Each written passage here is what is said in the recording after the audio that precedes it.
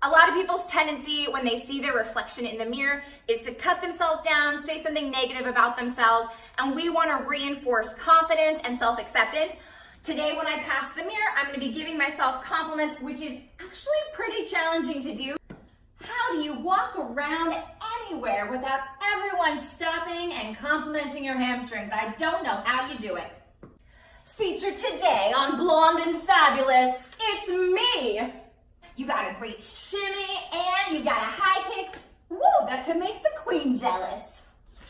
Newsflash, you're looking fabulous today. Let me see that dance move everyone's jealous of. It's a booty tooch and a shake. You handled that situation at work very professionally. My gosh, your hair is fantastic. Jason, you want to do some compliments?